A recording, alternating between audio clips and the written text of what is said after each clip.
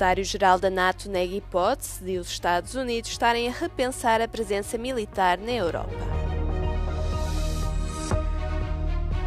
O Reino Unido está a preparar-se para a guerra. Londres anuncia um grande investimento em defesa. Negociações de paz em Istambul entre a Rússia e a Ucrânia terminam ao fim de pouco mais de uma hora. Ficou acordada a troca de corpos de soldados. O Tribunal de Berlim considera ilegal a rejeição de requerentes de asilo nas fronteiras, dando um duro golpe na política de imigração de Friedrich Merz. A Itália, o Etna voltou a entrar em erupção. Há nuvens de fumo e cinzas com quilómetros de altura. Os líderes dos Estados Bálticos e dos países do norte da Europa reuniram-se esta segunda-feira em Vilnius para discutir o reforço da capacidade de defesa da NATO e o apoio a Kiev. Durante a visita à capital lituana, o presidente da Ucrânia, Volodymyr Zelensky, comentou o ataque em larga escala de domingo contra bombardeiros russos. Europe, together with America, has better weapons than Russia. We also have stronger tactical solutions. Our Operation Spiderweb yesterday proved that Russia must feel what its losses mean. That is what will push it toward diplomacy.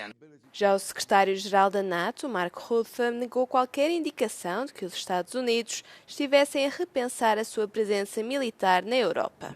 Mas advertiu que a NATO poderá não ser capaz de se defender adequadamente contra a Rússia dentro de alguns anos, caso a aliança não se reforce militarmente.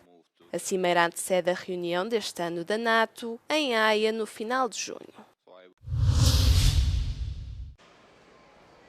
O regulamento europeu, que prevê empréstimos de até 150 mil milhões de euros para investimento em defesa, só não teve o sinal verde da Hungria. No entanto, a Grécia levanta objeções porque o SAFE permite a participação de países terceiros. As autoridades gregas temem a possível inclusão da Turquia, que controla parte do território de Chipre.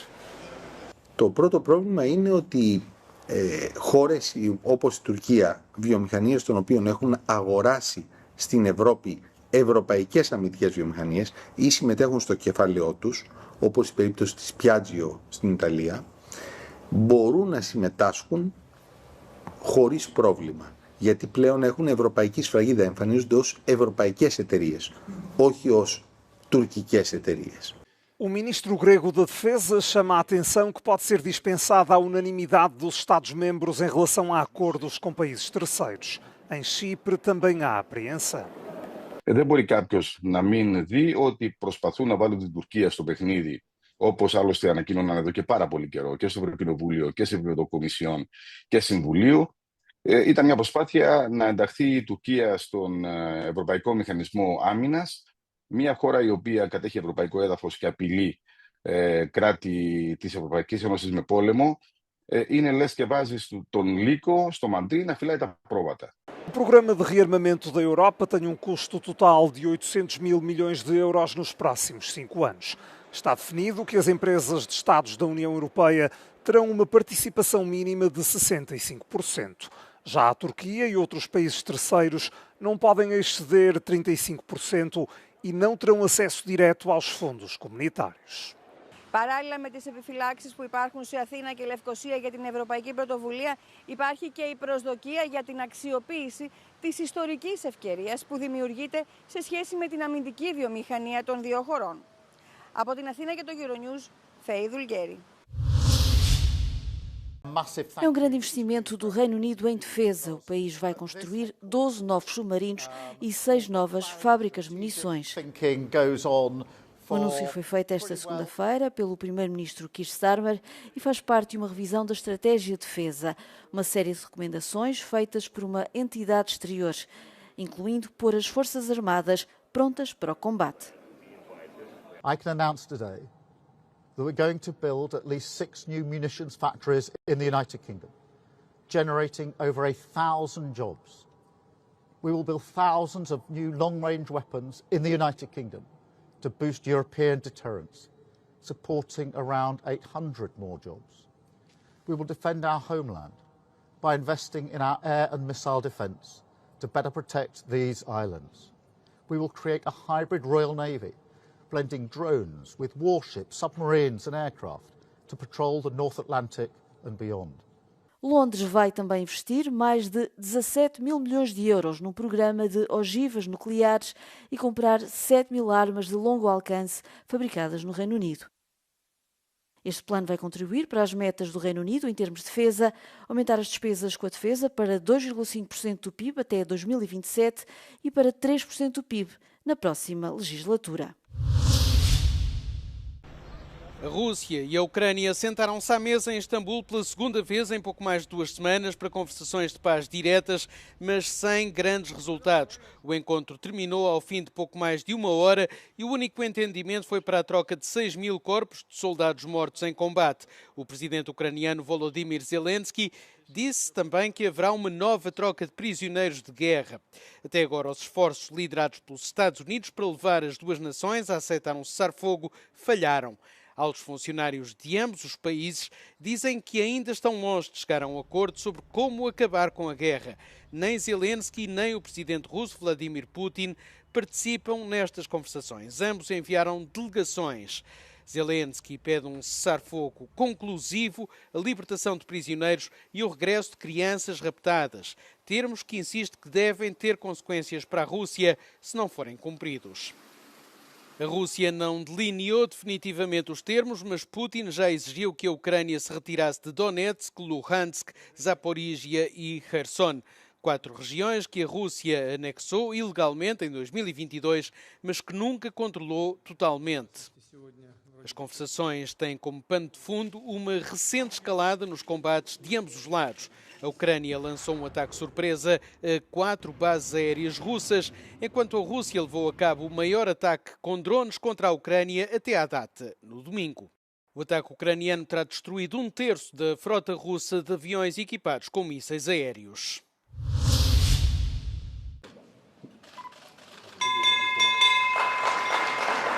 É a reabertura da Bolsa de Damasco um verdadeiro marco para a Síria. É que a Bolsa esteve fechada 6 meses desde a queda do ditador Bashar al-Assad. Foram dias caóticos e de muita incerteza, mas agora a situação parece estar a acalmar e o novo governo tem uma mensagem. É preciso reconstruir a economia.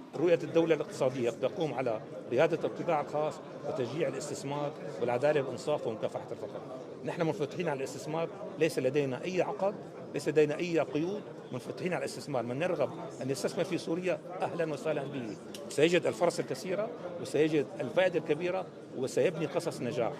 Para já, a comunidade internacional está a apoiar, com as restrições ao sistema financeiro sírio a começar a diminuir.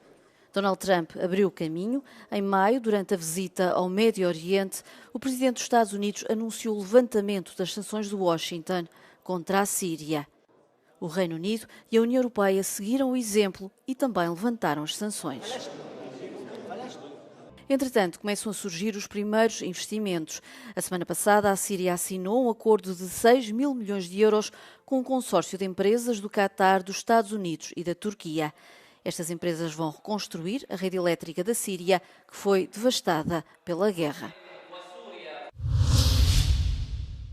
Um tribunal de Berlim decidiu que a rejeição de requerentes de asilo nas fronteiras é ilegal, desferindo um rude golpe na política de imigração do chanceler alemão Friedrich Merz. O tribunal tomou a decisão depois de analisar os recursos de 3 cidadãos somalis que pediram asilo, mas foram rejeitados depois de chegarem de comboio da Polónia. In diesem Einzelfallbeschluss geht es 3 Somalier, die versucht haben, am 2. Mai bereits die deutsche Grenze von Polen Richtung Deutschland zu überqueren, sind dabei zurückgewiesen worden. Sie haben zu diesem Zeitpunkt kein Asylbegehren gestellt. Ferner sind sie dann am 3. Mai erneut an der deutschen Grenze erschienen, wurden wieder zurückgewiesen, haben auch zu diesem Zeitpunkt kein Asylbegehren gestellt. Am 9. Mai sind sie erneut an der deutschen Grenze erschienen, haben da ein Asylbegehren gestellt. O tribunal diz que pelo menos um dos estrangeiros tinha provas válidas de vulnerabilidade, acrescentando que o governo de Merse violou as leis de asilo ao não examinar os pedidos. O tribunal também observou que o novo governo federal estava a violar o sistema de imigração de Dublin da União Europeia. O ministro do Interior alemão insistiu, no entanto, que as iniciativas do governo em matéria de imigração não vão mudar. Wir halten im Übrigen an den Zurückweisungen fest.